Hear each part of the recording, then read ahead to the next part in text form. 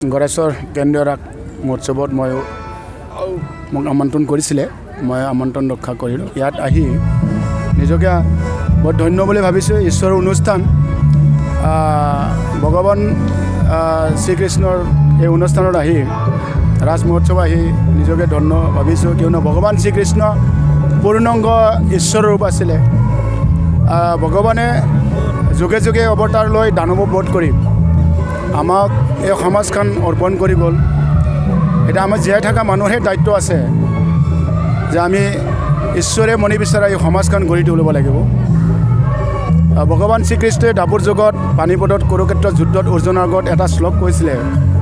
এই শ্লোকেৰে মাজেদি আমি গম পাইছোঁ ভগৱানে নিজে অৱতাৰ লৈ দানৱ বধ কৰি আমাক এই সমাজখন শান্তি এটা সমাজ, এটা সুন্দৰ সমাজ এটা আমাক অৰ্পণ কৰি গৈছে। এটা শ্লোক কৈছিলে ভগৱান শ্ৰীকৃষ্ণই দাপৰ যুগত পানীপদ কুৰুক্ষেত্ৰ যুদ্ধত অৰ্জুনৰ আগত সাৰথি যেতিয়া হৈছিলে, এদাই দাই ধৰ্মস্য গ্লানিৰ্ভাৱতি ভাৰত অদ্বৈতনম ধৰ্মস্য তদাত্মনং সৃজাময়ম পৰিত্ৰাণায়ং সাধুনাং বিনাশস্য দুষ্কৃতম ধৰ্ম সংস্থাপনাতে সম্ভৱামি যুগে যুগে। ভগৱান শ্ৰীকৃষ্ণই কৈছিলে, যেতিয়া ধৰ্মগ্লানি হয়, অধৰ্ম প্ৰভাৱ বাঢ়ে, মই আত্মদেহ সৃষ্টি কৰোঁ, পাপীবোৰক নাশ কৰি ধৰ্ম স্থাপন কৰিবৰ কাৰণে মই যুগে যুগে অৱতাৰ হওঁ। এতিয়া ভগৱান শ্ৰীকৃষ্ণই কোৱা কথা যে যুগে যুগে অৱতাৰ হৈ ধৰ্ম স্থাপন কৰিব আহে, আৰু সেই কথাটো এইটোৱে বুজাইছে যে আমি যি ধৰ্ম মানো এই ধৰ্মটো ঈশ্বৰে জন্ম দিয়া। এই ধৰ্ম নীতি আদৰ্শ মানিলেও ঈশ্বৰ কৰ্ম কৰা হয়। তেতিয়া আমাৰ জীৱনত জীয়াই থকাত মানুহ দেহাত দুটা বেমাৰ হয়, এটা হ'ল দেহাৰ বেমাৰ, আনটো হ'ল মনৰ বেমাৰ। দেহাৰ বেমাৰটো জ্বৰ হয়, কাহ হয়, এইটো দেহাৰ বেমাৰ কয়, ডক্তৰে ভাল কৰিব পাৰে। মনৰ বেমাৰটো মনটো বেয়া, যাৰ মনটো বেয়া সেই মানুহৰ ভালটো নিবিচাৰে কেতিয়াও। সেই সামান্য বিনষ্ট কৰাটো নিজৰ ভাল বুলি ভাবে, মানে যি মানুহে মানুহৰ ভালটো নিবিচাৰে এইটো দানৱ বুলি কয়, বেয়া মানুহ, ইংলিছত নেগেটিভ পাৱাৰ বুলি কয়। তো দানৱক বধ কৰি এই সমাজখন ঈশ্বৰে আমাক অৰ্পণ কৰি গ'ল। এই মনি বিচৰা ভগৱান শ্ৰীকৃষ্ণ বিচৰা এই সমাজখন আমি গঢ়ি তুলিব লাগিলে আমি বিভিন্ন জাতি জনগোষ্ঠী, বিভিন্ন ধৰ্মাৱলম্বী আমি মিলি ভাইচাৰা জীয়াই থাকি ঈশ্বৰক সন্তুষ্ট কৰিব লাগিব। আমি বিভিন্ন জাতি জনগোষ্ঠী, আমি এটা ঈশ্বৰ ল'ৰা। মই সকলো অসমৰ বাসী আৰু ভাৰতবৰ্ষৰ বাসী আৰু আমাৰ বিটিআৰ বাসীক মই এটা অনুৰোধ ৰাখিব বিচাৰিছোঁ, আমি এটা ঈশ্বৰ ল'ৰা।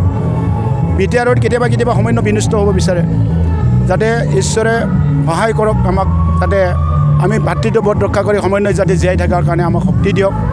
আমি এটা ঈশ্বৰ ল'ৰা, বিভিন্ন জাতি জনগোষ্ঠী, বিভিন্ন ধৰ্মাৱলম্বী, আমি এটা ঈশ্বৰ, এটা প্ৰমাণ দিব বিচাৰিছোঁ আজি মিডিয়াৰ জৰিয়তে।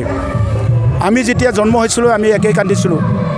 আপোনালোকে কোনোবা অসমীয়া হয়, বঙালী হয়, গোৰ্খা হয়, মই বড়ো হয়। মই যেতিয়া জন্ম হৈছিলোঁ মাকৰ পৰা যেতিয়া একেই কান্দিছিলোঁ, আপোনালোকে যেতিয়া জন্ম হয় একেই কান্দে। অসমীয়া ক'ৰ পৰা জন্ম হোৱা পুত্ৰ একেই কান্দে, বঙালী ক'ৰ পৰা জন্ম হোৱা পুত্ৰ একেই কান্দে। আমি বেলেগ নাকান্দে, এইটো এটা প্ৰমাণ আমি এটা ঈশ্বৰ ল'ৰা। মই বড়ো হৈ জন্ম হৈছিলোঁ, কিন্তু একেই কান্দিছিলোঁ, কিন্তু মোৰ মাকটো বড়ো আছিলে, মই বড়ো ভাষা মাকৰ পৰা শিকিলোঁ, মই বড়ো হৈ গ'লোঁ। তেনেকৈ আমাৰ মহেন্দ্ৰ বৰা তেখেতে মানে অসমীয়া মাকৰ পৰা জন্ম হৈছিলে, কান্দিছিলে মোৰ নিচিনা, কিন্তু সেই অসমীয়া ভাষা মাকৰ পৰা শিকিলে অসমীয়া হৈ গ'ল। আমি এটা ঈশ্বৰ ল'ৰা।